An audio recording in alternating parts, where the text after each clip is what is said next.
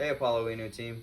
So as some of you already know, my name is Rhett, and I'm a small town teacher from the southern United States.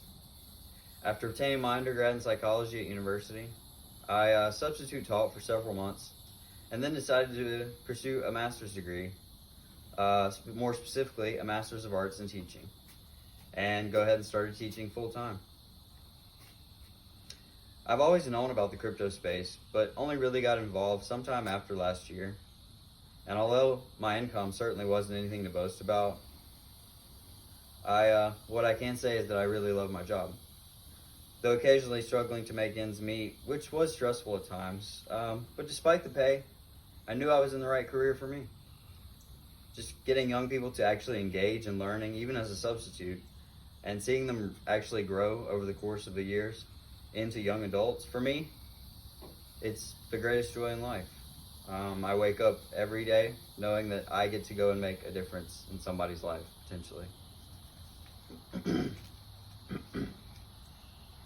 So before I decided to pursue my master's degree, while still working as a substitute teacher, not full-time yet, I often found myself having a lot of time to think, really free time to think, 8 hours actually.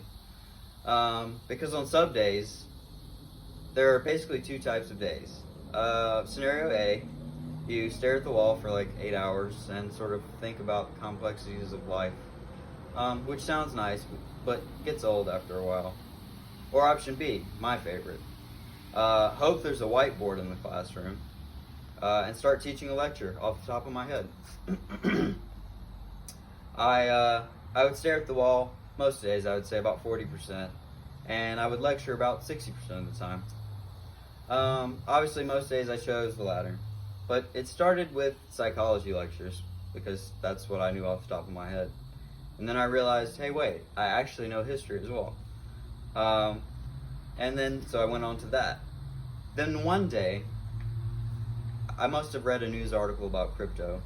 And so I went in that morning, had my coffee, and started giving a lecture the first hour about crypto and blockchain. And ever since then, I have about 300 students now who frequently refer to me as Mr. Crypto. In the halls, they dap me up. What's up, Mr. Crypto? Some students hated it. Absolutely hated it. Others loved it so much that they couldn't think of enough questions to ask me, to hurl at me, even. But I cherished every second of it. I loved crypto lectures. It was always fun, and the time just flew by.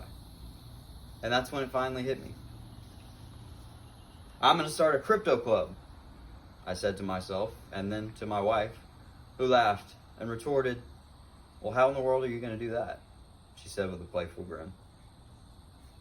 And so I started thinking, if there's agriculture club, fishing club, chess club, or even motorsports club, which I didn't know was a thing until last year, then why not crypto club?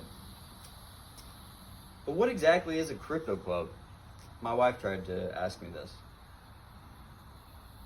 Simply put, it's a club that would meet 2 to 4 times a week for a half hour and discuss things like crypto-related topics, including demonstrating how to send and receive assets to a hot wallet, how to set up a hot wallet, sending and receiving assets. I would practice it by using cheaper solutions. Obviously, gas is far too expensive in ETH to send sample transactions with ETH, but I could use things like Phantom and Solana. Those are cheaper alternatives, just to sort of get them into the rhythm of understanding wallets and transactions.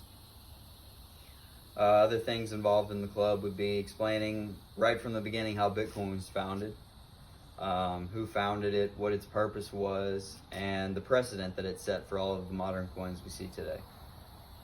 Other things including, although not my best subject, 256 hash encryption and the security and basically the backbone of how it all works, the undergrowth, you would say.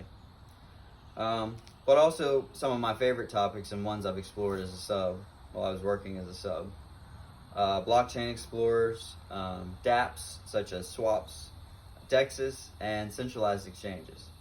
Although most of them aren't old enough to be able to operate a centralized exchange yet, certainly having the knowledge of how to use a hot wallet is greatly beneficial, and I managed to get that across to them pretty easily. As well as things like interest yields, but also how to stay safe from nefarious activities. As we all know, the crypto space is littered with people trying to take your money. Things like this is what I would focus on in the club, and getting them interested, but also keeping them safe online. Because crypto can be sketchy. But if they have the right instruction, it's a fun experience. So anything from nefarious activities, but also on the lighter side, the tokenomics and utilities and what stable coins are, things like that, and so much more. You would not believe the things that they ask me. These kids are the creators, and I hope to inspire them to be able to create themselves one day. But the big issue at hand, it's the school board. Simply put, school board funding is almost always allocated to things like sports, such as football, basketball, volleyball, track, cheer, tennis, and even soccer, just to name a few. But maybe less than 3% of all school board funding is allocated to the arts. The arts meaning, especially in the American school setting, music, theater, choir, or even computer science.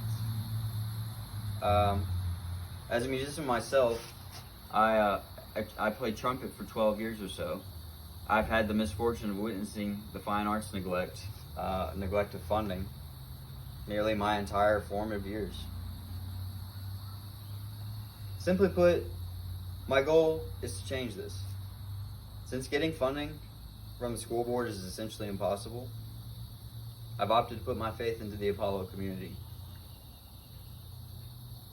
The funds from this contest would allow me the financial capabilities that I need to be able to give the students the tools that they need to have a chance at surviving in this brave new world.